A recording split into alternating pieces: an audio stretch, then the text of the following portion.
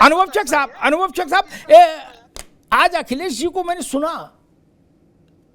वो कह रहे थे जनसभा में क्षत्रियों से, ठाकुरों से, कि ठाकुरों अपनी नाराजगी कम मत होने देना, भाजपा के आगे झुकना नहीं। कैसे निपटेंगे? देखिए अमिताभ जी, देखिए समाजवादी पार्टी को उम्मीद का रोशनदान वहीं दिखाई दे रहा है। वो कह रहे हैं कि ठाकुर नाराज है। आप समाजवादी पार्टी की टोटल कैंपेन को पिछले 10 दिन से 10 दिन का देख लीजिए, उनका सारा फोकस ठाकुर पर है। और इधर ये ठाकुरों के चक्कर में लगे, उधर मायावती मुसलमानों के चक्कर में लग गई।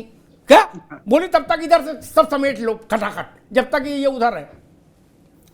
देखिए अमिताभ जी, जो ये विपक्षी नेता हैं, इनको ये समझ ही नहीं आ रहा कि भारतीय जनता पार्टी जो लगातार उत्तर प्रदेश और देश में सुशासन के मुद्दे पर, इस देश को विकास के रास्ते पर ले जाने के मुद्दे पर, इस देश के 140 करोड़ भारतवासियों के को अच्छा जीवन देने के लिए लगातार। अरे भाई, आप कह रहे हो अच्छा जीवन, अखिलेश जी आज कह रहे थे कि अगर दोबारा मोदी आ गए तिवारा तो शादी नहीं होगी किसी की, कुंवारे रहोगे। ये अखिलेश जी को दिखाई दे रहा है अमिताभ जी, क्योंकि अखिलेश जी विपक्ष के नेता, उनको दिखाई देगा। उनको तो मुख्तार अंसारी का परिवार पीड़ित दिखाई देगा और मुख्तार अंसारी नायक दिखाई देंगे। जिस अतीक अहमद और अशरफ से ये पल्ला झाड़ते दिखाई दे रहे हैं, जिससे ये कहकर बचते जा रहे हैं, बचने का प्रयास कर रहे, हमारे दल का नहीं था। अमिताभ जी, आप वरिष्ठ पत्रकार, आपने देखा कि सांसद भी इन्हीं के दल ने बनाया था। और दूसरी बात, राजू पाल, अशरफ विधायक भी हुआ राजू पाल के मर्डर के बाद। वही बता रहे अमिताभ जी कि राजू पाल की नृशंस हत्या करने के बाद भी इसी अशरफ को समाजवादी पार्टी अपना सिंबल दे के विधानसभा में बेचने का काम करती है। कुत्ते का साथ कैसे हाथ मिलवाया था वो पूरे देश ने, प्रदेश ने देखा था। आज उस अशरफ से और अतीक से ये अपना मुंह चुराते दिखाई दे रहे हैं। मुख्तार अंसारी हो या मेरा तो सभी के लिए कहना, मुस्लिम समाज के युवकों को गुमराह करके अपराध जगत में इस लेवल तक आगे भेज देना कि वहां से वापसी संभव ना हो, तो ये भड़काने का काम करके ये अखिलेश यादव ने सभी को उस रास्ते पर पहुंचा दिया है कि या तो उनके गोली पड़ी और जेल के पीछे सड़ रहे हैं, उनको किस तरीके से शिक्षित करा जा सके, किस तरीके से नौकरियों की व्यवस्था करी जा सके, जीवन यापन कैसे अच्छा करा जा सके और इस देश के विकास में उनके योगदान को कैसे बढ़ाया जा सके, इस तरफ इन्होंने प्रयास नहीं करा, जो हमारे प्रधानमंत्री नरेंद्र मोदी जी और इस प्रदेश के जो मुख्यमंत्री योगी जी करते दिखाई दे रहे हैं। जितनी भी योजनाएं आई हैं उसमें जब हम लोग लाभार्थी कैंपों में जाते हैं, लाभार्थी जो हमारे आयोजन होते हैं, उसमें मुस्लिम समाज के लोग बड़ी संख्या में बढ़ के आते हैं। वो कहते हैं कि घर देते समय ये नहीं देखा गया कि हम मुस्लिम समाज के लोग हैं, अन्न देते समय ये नहीं देखा जाता है कि मुस्लिम समाज के लोग हैं, इनका नाम इस योजनाओं से काट दिया जाए। जिस समय कोविड की वैक्सीन लग रहे थे, पूरा दुनिया त्राही त्राही कर रही थी, उस समय ये नहीं देखा गया कि ये मुस्लिम समाज के लोग हैं, इनको मरने के लिए छोड़ दिया जाए।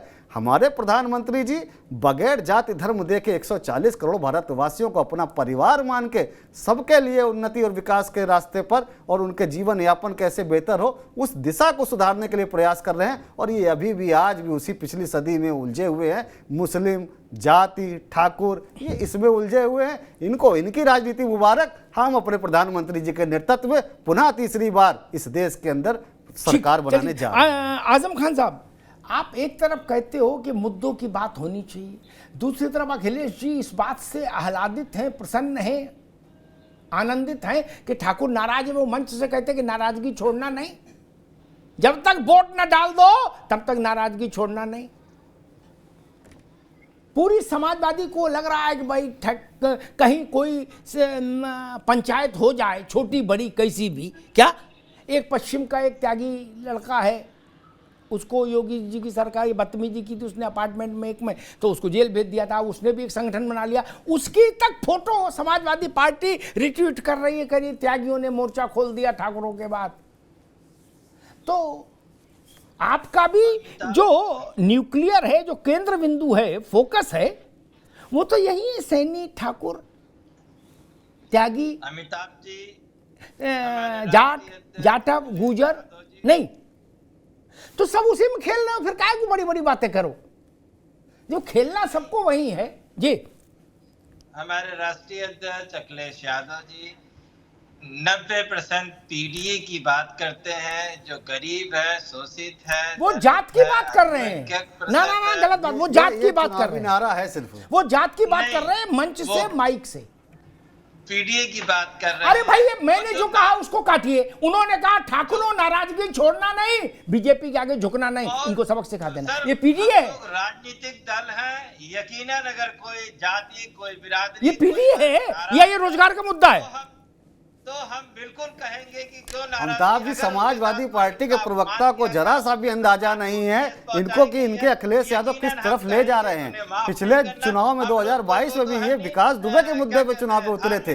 पता नहीं कि इनको अपराधियों से इतना मोह है, गैंगस्टर माफियाओं से इतना मोह है, और जातिगत रूप में किस तरीके से समाज को विभाजित करा जाए उस तरफ ये निरंतर प्रयास करते हैं। प्रदेश और देश को विकास के रास्ते पे कैसे ले जाया जा सके उस राजनीति को करने में इनकी कतई रुचि नहीं है। विभाजन करा जा सके, दंगों की आग में झोंकने वालों को महिमा मंडन करा जा सके, गैंगस्टरों को महिमा मंडन करा जा सके, माफियाओं बाहुबलियों को महिमा मंडन करके और उस समाज के नवयुवकों को भी गुमराह करके उन्हीं के बताए रास्ते पर चलकर उनको भी गड्ढे में डालने का काम करा जाए, ऐसी राजनीति करने वाले दल को उत्तर प्रदेश और देश की जनता ने नकार दिया है। 17 का चुनाव हो, 19 का चुनाव हो, 22 का चुनाव हो, चाहे नगर निगमों का चुनाव हो, पंचायतों का चुनाव हो, सब में इनको धूल चटाने का काम करा है, लेकिन अभी भी संभलने का काम कर रहे हैं। दानिश भाई, नहीं, अरे आजम खान साहब, एक मिनट रुकिए, एक मिनट। आपको एक वो याद दिला दूं दृष्टांत, समय भी कम है।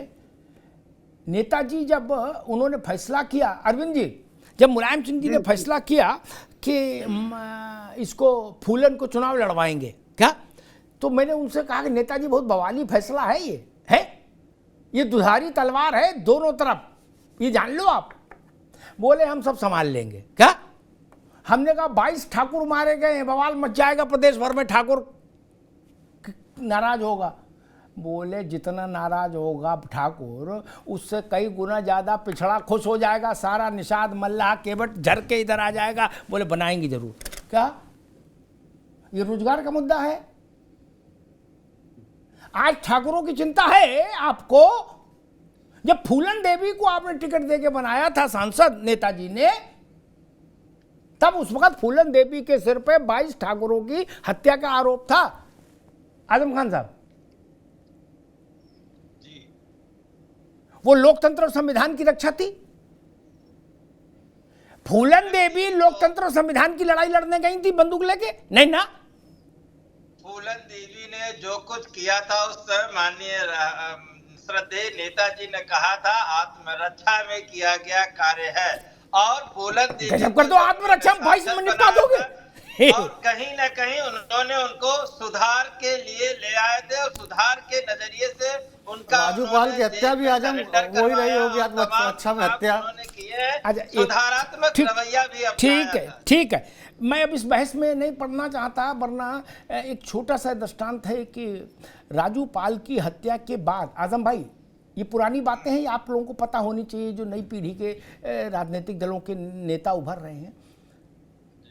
अरविंद भाई, नेताजी आए जब इसको टिकट दी अशरफ को, और नेताजी ने इसका मंच पर हाथ खड़ा किया अशरफ का, और कहा हम कह रहे हैं इसका कोई दोष नहीं, इसमें राजू पाल की हत्या में कोई हाथ नहीं।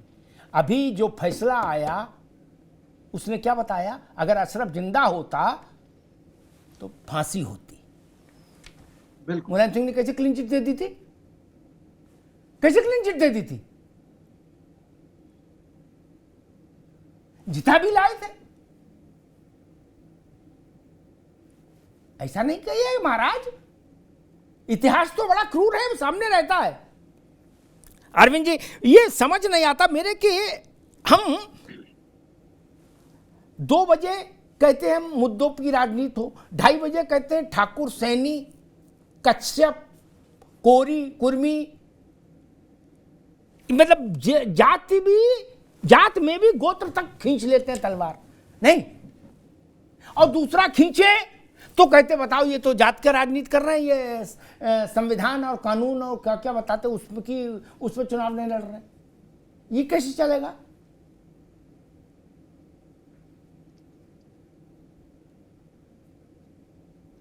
अरविंद जी, हाँ अमिताभ जी, देखिए वो जातियों की नाराजगी के कंधे पर सवार होकर के वो सत्ता शिखर तक पहुंचना चाहते हैं। ये एक समाजवादी पार्टी की रवायत रही है, इसमें कोई संशय नहीं है। जिस तरह से जातियों की गोलबंदी करते हुए, मजेदार बात यह कि डॉक्टर लोहिया कहा भी करते थे कि जाति एक ऐसी बीमा है जिसका प्रीमियम चुकाना ही नहीं पड़ता है, सिर्फ लाभ ही लाभ कमाना होता है। शायद समाजवादी पार्टी जो है उस तंज को ही अपना जो है सत्ता के मार्ग का रास्ता बना ली है। देखिए ऐसे नहीं होता है, केवल आपने तो अशरफ का उदाहरण दिया कि उन्होंने कहा कि इसका कोई दोष नहीं है। आपने देखा कि नेताजी जो अब नहीं है, उन्होंने कहा कि लड़कों से तो गलतियां हो जाती है। आपने इसी राम मनोहर लोहिया ला यूनिवर्सिटी में उन्होंने कहा था कि सीबीआई जब हम रक्षा मंत्री थे तो वो फोर्स वाला फाइल को मैंने खुद गायब करा दिया था। ये भाई किस तरह की रोजगार की लड़ाई है, किस तरह से यह जो है देश संविधान को बचाने की लड़ाई है, किस तरह से जो है पीडीए के न्याय की बात की लड़ाई है। ऐसे होता नहीं है। देखिए वो कहते हैं ना कि जो जनता है इस चीज को बड़ी बारीकी से देखती है, वो पहले वो जनता नहीं रह गई। जी जी अमिताभ जी। पर दानिश कुरैशी साहब, एक सवाल मेरे मन में आपकी पार्टी के लिए है। सुनने में आ रहा है कि आपकी पार्टी अपने सिंबल पर उम्मीदवार नहीं उतारेगी। अगर उसकी पार्टी के आपकी पार्टी के कुछ लोग लड़ना चाहेंगे तो वो कृष्णा पटेल वाली पार्टी के सिंबल पर लड़ेंगे, ऐसा है? ये भी महत्वपूर्ण है, क्योंकि अगर ओवैसी गाजीपुर फाटक तक आने के बाद चुनाव के सीन से बाहर हो जाते हैं तो फिर तो उसका मतलब भी कुछ होगा। अनुवचक, लास्ट कमेंट। ओवैसी गाजीपुर तक आए और उनके बाद फिर अखिलेश जी को भी आना पड़ा वहां, लेकिन अभी उन्होंने चुनाव से खुद को दूर कर लिया उत्तर प्रदेश में, क्यों? देखिए अमिताभ जी, विपक्षी दल क्या रणनीति बना रहे हैं, क्या इनकी योजनाएं हैं, किस विचारधारा पे चलते हैं, ये हमारे लिए बहुत ज़्यादा महत्वपूर्ण नहीं है। भारतीय जनता पार्टी अपने यशस्वी प्रधानमंत्री नरेंद्र मोदी जी द्वारा विकास किए गए विकास कार्यों और उत्तर प्रदेश में जो हमारे मुख्यमंत्री जी हैं उनके द्वारा दिए गए सुशासन, गुंडा मुक्त शासन, भय मुक्त शासन के नाम पर हम लोग चुनावी मैदान पे हैं। और जिस तरीके से जनता हमें पूर्व के चुनावों में मत देकर अपना विश्वास जता चुकी है, उसी से हम पूरी तरीके से आश्वस्त हैं कि अपने जो कार्यकर्ता हैं उनकी मेहनत के दम पर, हमारे जो शीर्ष नेतृत्व है उनके द्वारा किए गए कार्यों के दम पर हम उत्तर प्रदेश की 80 में से 80 सीटें जीतने में कामयाब होंगे और अब की बार 400 पार के अपने यशस्वी प्रधानमंत्री नरेंद्र मोदी जी के नारे को चरितार्थ करने का काम करेंगे। आजम खान साहब, एक छोटा सा सवाल, उसका छोटा सा उत्तर आपसे लेंगे। ओवैसी ने हल्ला बहुत मचाया, लेकिन जब वक्त आया तो उम्मीदवार खड़े नहीं किए, इसके पीछे क्या देख रहे हैं? अमिताभ जी, वो ये बात को समझ चुके हैं कि उत्तर प्रदेश की जो लड़ाई है वो इंडिया अलायंस बनाम बीजेपी है और कोई अपना मत खराब करने नहीं जा रहा है। इसलिए सभी पार्टियां कैंडिडेट उतारने में हिचक रही हैं। जो वर्तमान चुनाव है वो कहीं न कहीं महंगाई, भ्रष्टाचार और लोकतंत्र बचाने के लिए है। भाजपा के सर अभी बहुत बड़े बड़े बात कह रहे थे, अब आप बताइए चुनावी चंदे को क्या भ्रष्टाचार नहीं माना जाएगा? आजम खान साहब, ठीक है, आगे बात, अच्छी बात कही आपने।